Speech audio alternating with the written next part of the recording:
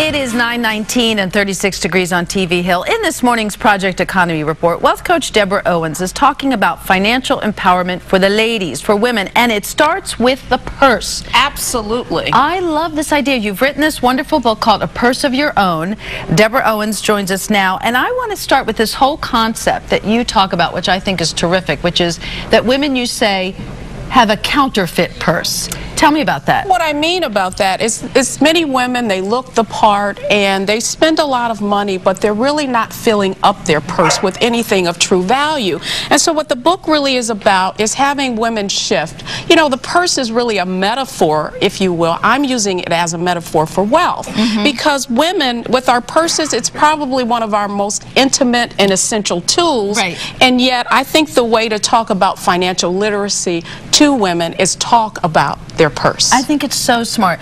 You know, you talk about why this is particularly key to women at this time. You sort of prepared some information for us. If you can walk us through it, I think it's so important for women to hear this, which is, of course, first that as you say, women are making more than 50%, making more money, and they're half of the workforce. Absolutely. You know, the major headline on The Economist magazine, which is for, you know, kind of economic geeks, if you will, is women around the world make up 50% of the workforce. There's power in our purses, and with us making more money, earning more money, 38% of women are out earning their husbands. And with those kind of statistics, we have power, and yet we're carrying counterfeit purses because there's really nothing in it. And there are reasons for that, though, Deborah. And you said, all right, I'm going to get to those reasons. You also say 90% of women will be solely responsible for finances at some point in their lives. Women need to hear that. Yes, because we will either never marry, we will either marry and separate, or we will outlive our husbands.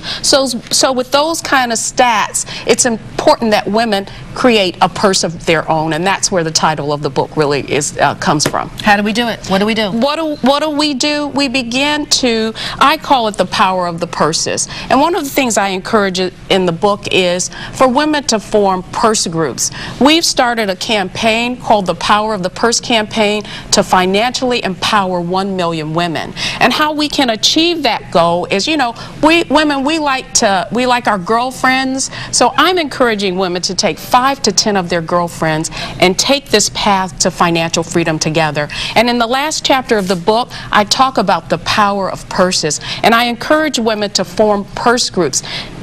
Meet each month, go through this book, and become financially literate, because that's the reason we're carrying counterfeit purses, because we really don't know how to fill them up. I think this is such a great movement that you're starting, and you kind of walk us through the things that we need to do. We need to clean out our purse. We need to get rid of the stuff that is preventing us from being financially independent. Absolutely. When I say clean out your purse, I say create a personal financial statement, and you do that by taking everything you owe and everything you own and figuring out, do I really have anything of value? This is so good. And you also say keep a personal money diary. You know, we've made resolutions to kind of keep an eye on what we eat and keep an eye on how we work out, and we need to keep an eye on what we spend. Well, I'm so glad you said that, because I encourage women to keep a personal diary, very similar to a food diary, where you track each day everything that you spend your money on. And there are two things you can learn from that. You know, are you really adding things to your purse? I mean, are you really increasing your net worth? And it could be you can use some of that information to figure out perhaps what could be investment opportunities. So in that case, you can begin to think about, if I'm at Target or Walmart a lot, maybe those would be, like other women, maybe those would make good investments. You've got something here. I think this is terrific. It is called A Purse of Your Own, Deborah Owens. And if you would like to meet her, Deborah will be signing copies of her book on January 21st at the Barnes & Noble in Pikesville from 7 to 9 p.m. She's got something here. Deborah Owens, thank you. Thank you, Deborah. Very nice to see you. And don't go away. Dr. Kim's back with answers to your pet questions when we come back. Well, have you ever looked at your life and thought, where has all my money gone? While you may look cute in all your clothes, your bank account could be hurting for money. In the book, A Purse of Your Own, it breaks down some simple rules to your financial freedom. And Deborah Owens, she wrote it. She's the mastermind behind this easy guide, and she's here now. Help us, help us, help us. You're really reaching out to women in this book. I am. Well, you know, the title of the book, A Purse of Your Own, really purse is used as a metaphor for wealth for women, and I wanted to make this fun. You know, I often hear women say, well, I don't do numbers. Well, the fact of the matter is we are responsible for 90% of the buying decisions in households. So what I'm sharing with women is they need to use the power of that purse. If you're not doing your numbers, that's when you're going to get into some real hurt. You talk about the woman with the counterfeit purse. Explain this. What I'm not talking about is knockoff bags. What I am talking about is the woman that looks the part, but it has nothing of real value in her purse. No money for that lunch that comes in that great bag. Absolutely. Well, not only lunch, I mean even bigger than that. I'm talking about women taking an accounting of where they are and really deciding what it is they want. And I think truly the goal for every woman should be financial freedom, and that's when I don't have to work because my money is working for me. Why do you think women need this wake-up call in particular? Well, there are several different reasons, but the statistics really are very compelling. The fact of the matter is that 9 out of 10 women will be responsible for their finances. They will either never marry, they will either marry, separate, and divorce, or their husbands will predecease them.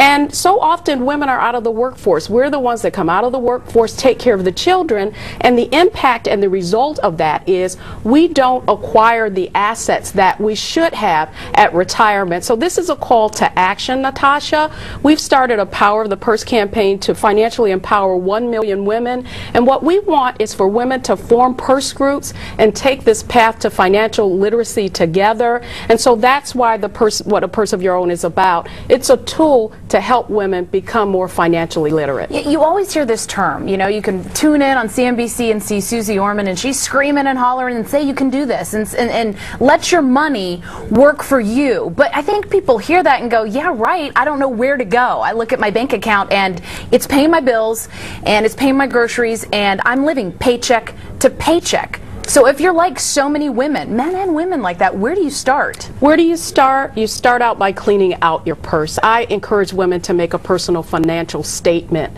and write down all of their assets, all of their debts, and you're either negative or positive. From there, it's important to set some finite goals. Where do I want to be? You know, one of the goals could be paying off debt. Well, let's just look at that list of debt and say, how are we going to attack it? We can either do two things. We can take the smallest balance, pay it off, or take the largest balance with the highest interest rates and begin paying that off. The fact of the matter is we must begin to fill up our purses, and that means taking action, Natasha. I think everybody wants that magic solution. You know, we want the magic solution for weight loss. There has to be a magic solution for debt, but really no, it's just dealing with it. Well, you know, that's interesting because one of the premises of the Purse Group is really taking a page out of Weight Watchers. You know, one of the reasons that Weight Watchers is so successful is because of the accountability part. You have to come on and step on that scale every week. So what we're saying with the Purse Groups, okay, let's take 5 of my girlfriends and this is what we're going to do together. And so we read one chapter of the book a month, we meet the next month, and we say, hey girlfriend, you said how are you coming paying off that debt? Just the mere fact that you're going to have to show up with your closest friends, I think is one of the reasons that you can be successful, because you have 2 things in order to reach any challenging goal, and that is accountability and support. The checks and balances. Absolutely. Someone, you know, looking around your shoulder and see if you're living up to your word.